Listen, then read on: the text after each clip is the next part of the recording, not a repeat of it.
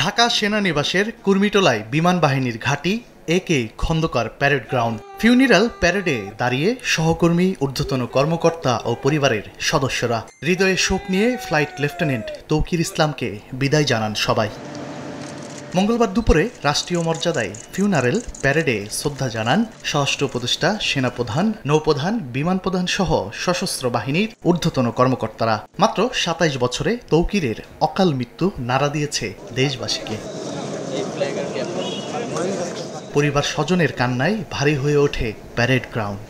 শহীদ flight lieutenant Tauqir ইসলাম আপনাদের সাথে চলাফেরাতে কোনো যদি দুঃখ দিয়ে থাকে, কষ্ট দিয়ে থাকে, আপনারা তাকে ক্ষমা করে দিবেন এবং তার পরিবারের প্রতি আপনারা সমবেদনা জানাবেন, তার পরিবারের পাশে থাকবেন আপনারা। গুজবে কান্না দেওয়ার আহ্বান জানিয়ে বিমান বাহিনী প্রধান বলেন, বিধ্বস্ত বিমানের ত্রুটি ছিল কিনা খতিয়ে দেখে ব্যবস্থা নেওয়া হবে। সোশ্যাল মিডিয়ার বিভিন্ন গুজব, মিস ইনফরমেশনে কান দিবেন না। একটি শক্তিশালী বিমান বাহিনী দেশের স্বাধীনতা ও সার্বভৌমত্বর জন্য অপরিহার্য।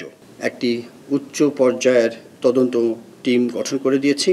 তারা অতি শীঘ্রই এই তদন্ত করে বের করবে যে কী ঘটনা ঘটেছিল এবং তার ভিত্তিতে আমরা ভবিষ্যতে যদি কোনো কিছু ভুল ত্রুটি থাকে তার অবশ্যই ব্যবস্থা নিব।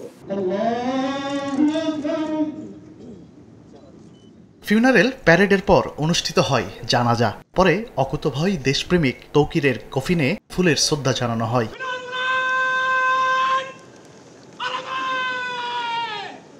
এদিন দুপুরেই তার মরদেহ বিমান বাহিনীর হেলিকপ্টারে করে নেওয়া হয় নিজ শহর রাজশাহীতে। পরে মুক্তিযুদ্ধ স্মৃতি স্টেডিয়ামে অনুষ্ঠিত হয় দ্বিতীয় নামাজের জানাজা। পরে সফুরা কবরস্থানে তার মরদেহ দাফন করা হয়।